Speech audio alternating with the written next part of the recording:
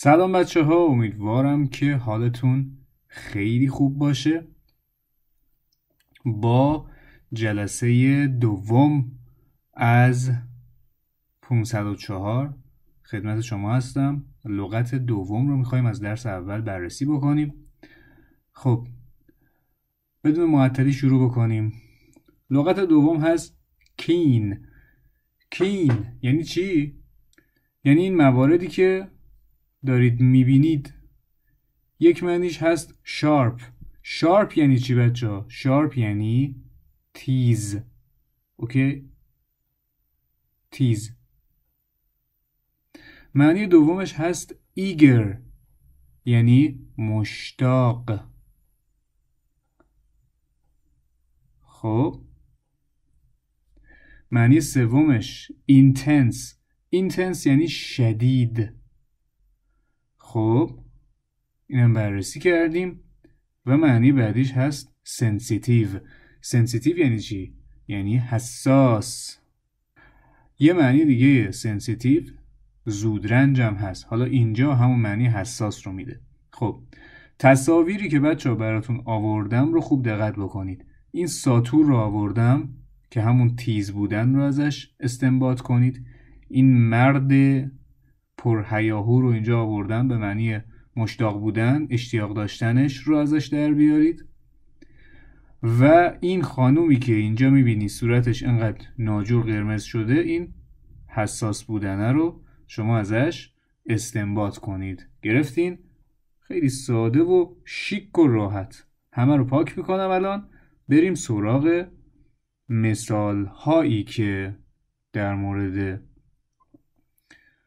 لغت کین زده. گفته the butcher's skin knife cut through the meat. مفهومش چیه؟ The butcher's keen knife. خب چاقوی تیز قصاب cut through the meat. cut through یعنی بریدن و قطع کردن. خب این یه گوشت cut through کرده، کاملا قطعش کرده. این روش میگن cut through. این از این.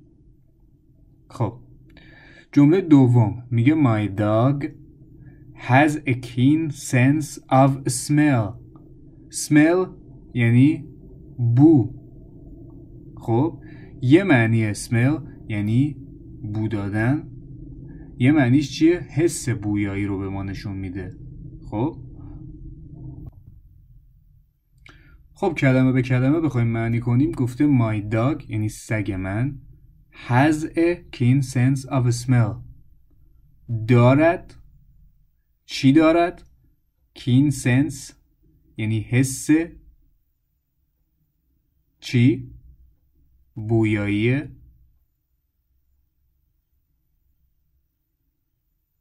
قاعدتا باید بگی کینی دیگه. حالا کدوم یکی از این است بچه ها؟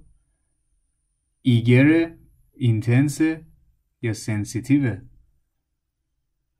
قاعدتا سگه حس مشتاق بودن نداره، پس این نیست. شارپ به معنی تیز بودن اینجا همچین مفهومی نداره دیگه.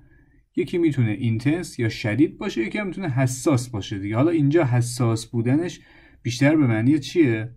اینه که نسبت به بو خیلی حساسه و خیلی سریع میتونه بوها رو تشخیص بده از یک فاصله دوری حالا یا هر جای دیگه. به هر حال مفهومش اینه.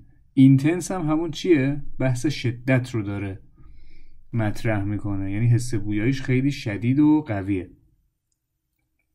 خب تموم. جمله سوم چی میگه؟ میگه Bill's keen mind pleased all his teachers. مفهومش چیه؟ keen mind یعنی چی؟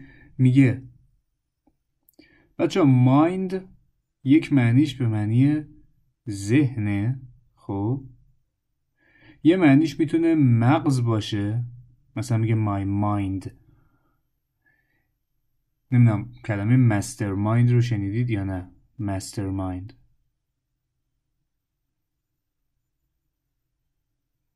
مفهومش هست ذهن مرکب.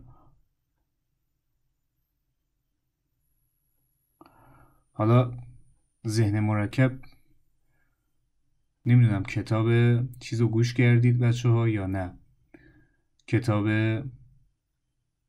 17 قانون موفقیت که اتفاقا براتون توی همین کانال من کتاب صوتیشو درست کردم، مال ناپل اون هیله. به شدت این کتاب رو من توصیه میکنم که حتما یک بار حداقل گوش کنید، چون خیلی کتاب قوی و خوبیه برای موفقیت. حالا دوست نداشتم گوش نکنید، ولی این بحث مستر مایند که اومد تو ذهنم اومد که این تو کلمه ها رو توی ذهنتون باش اکتیو کنم. حالا اینجا گفته Bill's keen mind یعنی ذهن تیز یا مشتاق. تیز هم اینجا میتونه مفهوم، منظورش همون بحث تیز هوشی و اینجور چیزاست. خب گفته ذهن مشتاق و تیز بیل خب چیکار کرده؟ All his teachers تمام معلمهاش رو pleased یعنی چی؟ یعنی خوشنود و راضی و خوشحال و خلاصه فعل مثبتیه دیگه، گرفتی؟ یعنی کلن معلمهاش رو خیلی خوشحال و راضی کرده از خودش. چی؟ ذهن مشتاق و تیز بیل. تموم شد رفت. پس کین رو با هم بررسی کردیم بچه ها. تا لغت بعدی شما رو به خدای بزرگ میسپرم. امیدوارم که بتون استفاده بکنید. اگر دوست داشتید که این لغت رو خیلی سریعتر توی ذهنتون به خاطر بسپرید، توصیه میکنم حتما مجموعه نقش ذهنی رو هم ببینید، چون اونجا همه چیز رو سعی کردم با متد تونی بازان بهتون تدریس بکنم که یه بار گوش کنید و کامل تو ذهنتون بشینه. ویدیوهای دیگر رو هم حتما ببینید. کانال مداکتیو رو به دوستاتون معرفی کنید و خدا نگهدار.